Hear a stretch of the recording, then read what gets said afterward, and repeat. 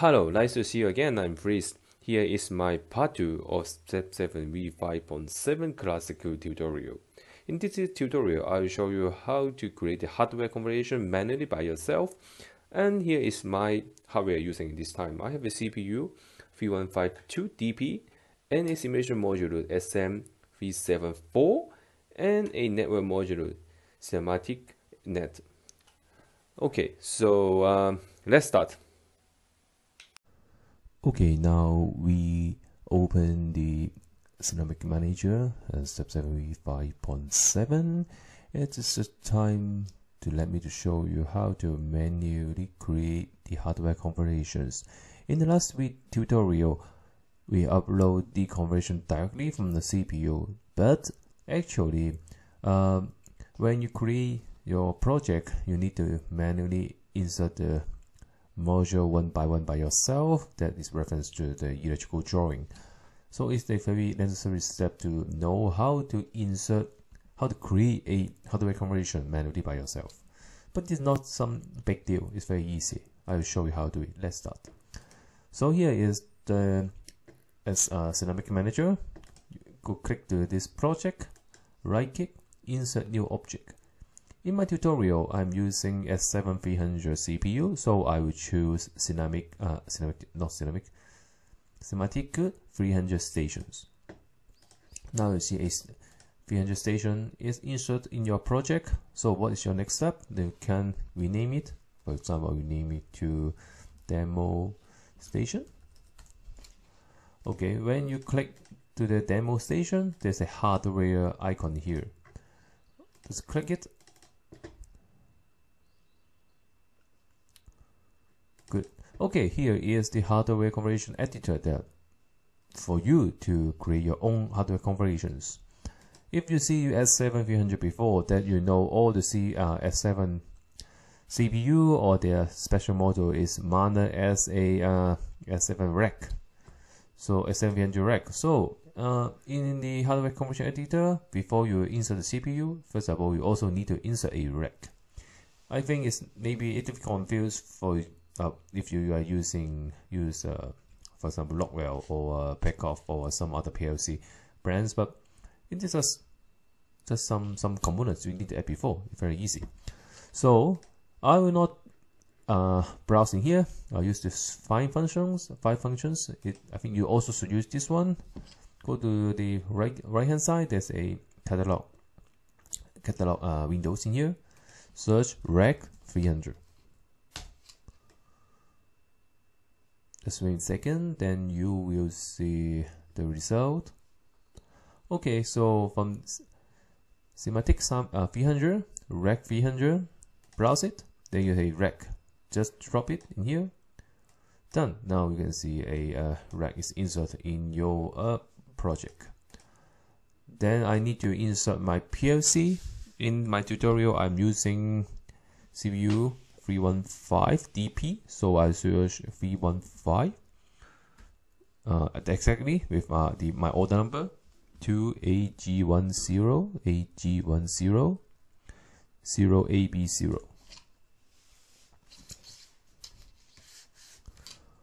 Just wait a second. Okay, done. In here, there's a firmware version 2.0 and 2.6 that you can use.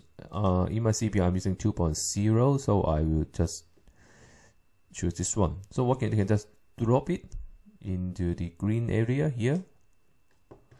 Then there is a properties window showed in the Step7 Classic Manager. Because I'm using a CPU with a DP interface. DP is mean Profibus. In this pop-up, you can configure your Profibus station number and the transmission speed or any functionalities in here. Okay, so I choose Profibus, and then my address is automatic aside 1, and highness address 126, and now my speed is 1.5 Mbps. So you can click the Profibus interface, go to Properties, Network Settings. You can also configure all your settings in these windows, but I will keep it default in here. Let's press OK. Now you see a CPU and a DP interface that with integrate inside CPU is adding here. So you see the slot 1, slot 2, slot 2 X2 is your DP previous interface. Good. Okay, after that I need to add my simulation module SM374. But if you reference to this S7 system manual, you cannot directly add the SM374 in your hardware configurations, but you can use this module V2V1BH010880. Just search it. There's a so many types of so many types of DIDO computation in here. There is a small rotation switch in on the module that you can rotate the module to select what kind of setting that you want. In my tutorial, I am using DI8 input and DO8 output, so I will choose this one and then drop it into my rack. Done. Okay, now in rack 4, that is a DIDO8 DC 24 volt 044 ampere. So finally, I'll have a cinematic network module. So I'll just directly enter the order number B3431EX11C0XE0. Enter it.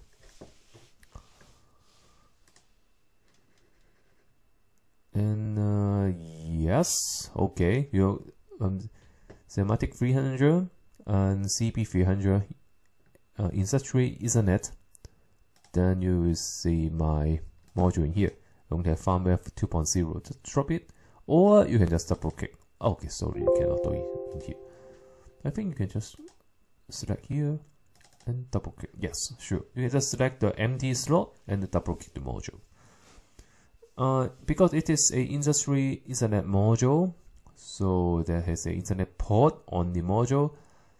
Step7 also asks you which IP address that you want to want with subnet that you want to configure. So I'll just keep it default to 0.1 and set my Ethernet subnet as a Ethernet 1. That's okay. Okay, good. Now all your configuration is done. So what's your next step? You can save it. Here is a save button, and before you download your configuration to the CPU, you need to make sure there's no error in your hardware configurations. There's a compile function here. There's a button near the save. Here, save and compile. So we can click here to save your project and also compile it. Let's compile it. Oh, done. There's no error. If there's error, there's some error message show in the Step7 manager. So after you compile your project, no error. Now you can download your project to the CPU. So before you download the project to CPU, just make sure you set the correct PGPC interface. It's very important. And go to options, set PGPC interface. Okay, and then go back to our hardware configuration editor. There's a two button in here. In the left one is download to module. It means download your currently project hardware configurations to the CPU. And then the other one is upload to programming device. What does that mean? Programming device is the PC that you are using now with the Step7. So it means if you click this button, the current hardware that is stored inside PLC will upload to your PC. In our case, we would like to use download to modules, download our project to the CPU. Let's click it. So which target module you want to download? I only have one CPU here, sure. I use CPU 315/2DP. Press OK. Then press the wheel button to search the CPU. And then select CPU 3152 and press OK. And now Step7 is downloading the project to the CPU, to the PLC.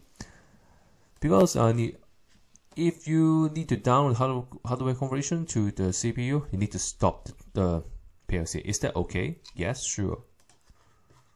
Then our CPU is in stop status. Now the module CPU VM5 in stop mode. Do you want to start the module now? If it complete restart? Actually, yes, I would like to run my module. Okay, just wait a second. The CPU should be the run status.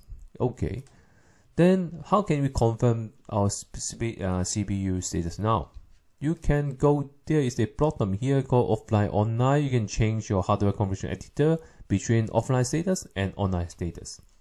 Now, because I'm in offline status, if I click one time, it will change to the online status. Yes.